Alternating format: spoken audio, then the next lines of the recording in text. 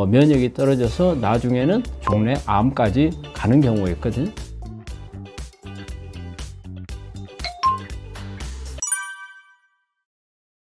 안녕하십니까. 암을 치료하는 의사 문창희 씨입니다. 제가 의외로 우리 환자분들이 암이라든지 이런 부분에 대해서 잘 모르시는 것 같다는 생각이 들어요. 저는 이게 아주 기본이라고 생각하는데 그 중에 하나가 면역인 것 같아요. 우리 환자분이 와가지고 면역을 검사를 좀 해보자 이렇게 했는데 환자분 말씀이 저 체력 엄청 좋아요. 그래서 면역 하나는 자신이 있어요. 이런 말씀을 하세요. 그래서 가만히 생각해 보니까 이건 아니거든요.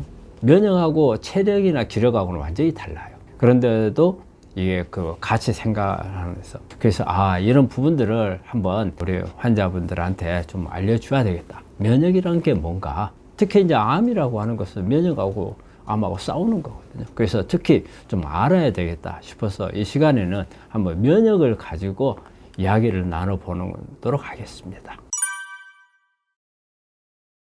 우리 이제 암 환자들 뿐이 아니고 일반적으로 면역을 떨어뜨리는 요인은 많이 있죠. 대개는 이제 우리 암이 아닌 경우에 사람들이 면역이 떨어지는 경우는 아마 가장 많은 것은 스트레스가 아마 가장 많을 거예요. 우리가 살다 보면 스트레스가 참 많잖아요. 근데 스트레스 중에서 어떤 스트레스가 면역을 떨어뜨리는가 이것도 좀 아셔야 돼요. 우리가 누구하고 친구하고 갑자기 언쟁이 있어갖고 싸웠다. 그래서 내가 스트레스 받았다. 이게 면역을 떨어뜨릴까?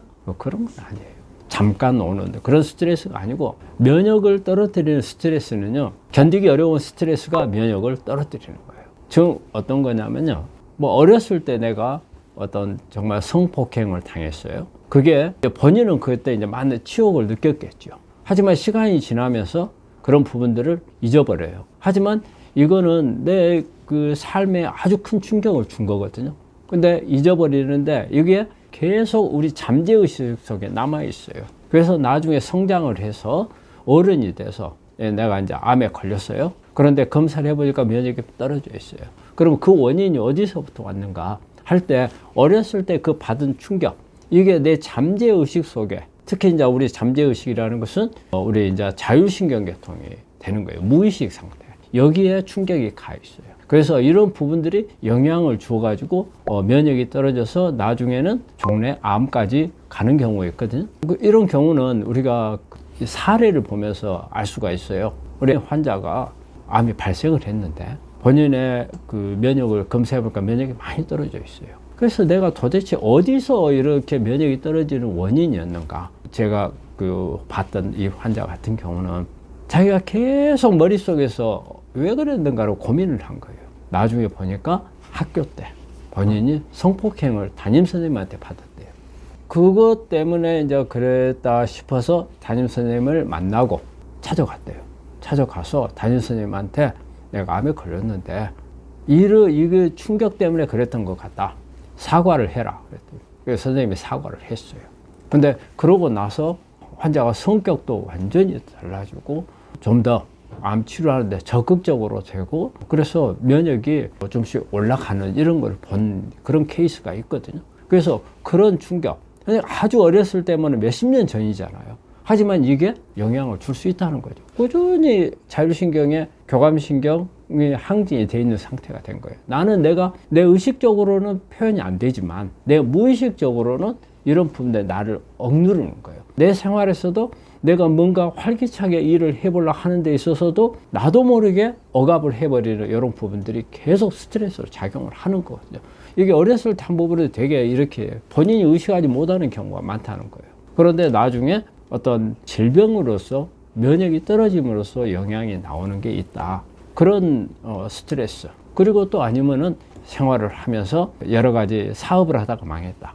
아니면은 누가 가족이 사망을 해서 아주 슬픔에 잠겼다. 아니면은 어떤 친구 간에 정말 좋은 친구였는데 그 친구 간에 정이 져서 거기에서 여러 가지 갈등이 오랜 동안 지속이 됐다. 그래서 우리가 스트레스가 두 종류가 있어요. 유 스트레스라는 게 있고 디스 스트레스라는 게 있어요. 유 스트레스라는 것은 좋은 스트레스예요. 우리 일종의 약간씩 자극을, 우리 생활하는 데 있어서 너무 어떤 자극이 얻게 되면 나태해지잖아요. 그것도 면역에는 안 좋습니다. 약간 어떻게 보면 생활의 활력소가 되는 스트레스.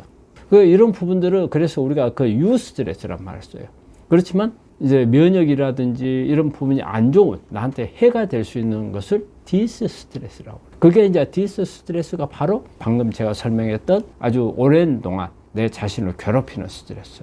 이런 스트레스가 어떻게 보면 면역을 떨치는 가장 큰 원인이 될 수가 있고요. 음식 같은 거. 음식도 우리가 무조건 잘 먹으면은 면이 좋아질 것 같잖아요. 근데 잘 먹으면은 면역이 좋아지는 것보다는 뭐가 될까요? 비만이 되겠죠. 비만이 되는 것 자체가 면역을 떨어뜨리는 원인이에요. 우리가 근육을 많이 길러야 되거든요. 그래서 음식 같은 것을 먹어서 우리가 비만이 되면 근육이 늘어나는 게 아니고 지방만 늘어나거든요. 이거는 오히려 좋지 않은 걸로 가고. 그래서 이제 음식도 우리가 면역을 높일 수 있는 음식이 있고 높이지 못하는 음식이 있기 때문에 음식 영향도 받을 수 있어요. 그러면 여기에 보면은 개인적인 습관에도 문제가 있어요. 편식하는 사람들. 또 가족력이 되는 경우도 있어요. 이 집에는 맨날 고기만 먹는다. 육류만 먹는다. 이 지방이 많은 돼지고기만 먹는다. 안 좋겠죠? 이게 가족 전체가 하기 때문에 그 가족력이 될 수 있어요.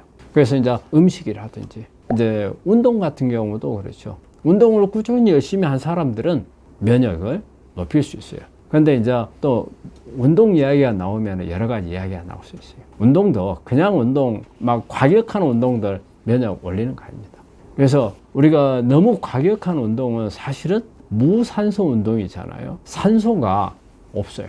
그리 되면 어때요? 내 몸 안에 저산소 지역이 많아져요. 저산소 지역은 암세포가 크기 좋은 환경이 돼요. 근력운동. 근력운동은 근육을 만들기 때문에 면역을 높일 수는 있어요.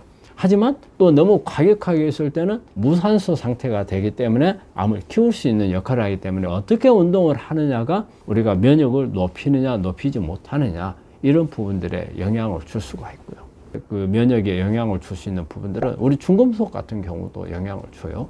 특히 수은 같은 경우, 수은이 우리 몸에 이렇게 많이 축적이 되면은 면역을 갑상선 기능을 떨쳐가지고 면역이 떨어버릴 수 있어요. 그래서 이런 부분들이 면역이 내려가는 원인들이 될 수가 있거든요. 면역이라고 하는 것은 다양한 요인들이 영향을 주기 때문에 어느 거 하나가 나한테 영향을 줬다 이렇게 말하기는 좀 어렵죠.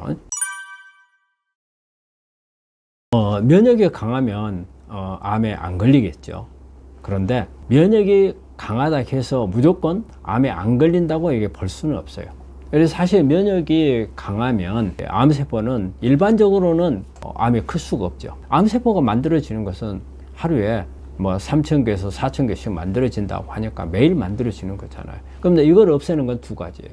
면역세포. 면역세포가 가서 이 불량품을 없애는 거예요. 그 다음에 또 하나는 유전자 단백질들이 암을 억제하는, 그러니까 암을 억제한다는 것은 암을 억제하는 단백질이라는 건 없습니다. 단지 뭐냐면 우리가 만들어지는 세포 중에서 불량품이 있으면 이걸 고쳐서 쓰는 유전자가 있고 고쳐다 쓰다가 더 이상 못 고쳐지겠다. 이거 써봤자 고치는 거 비용보다는 그냥 새로 만드는 게 낫겠다 할 때는 죽여버리는 거예요.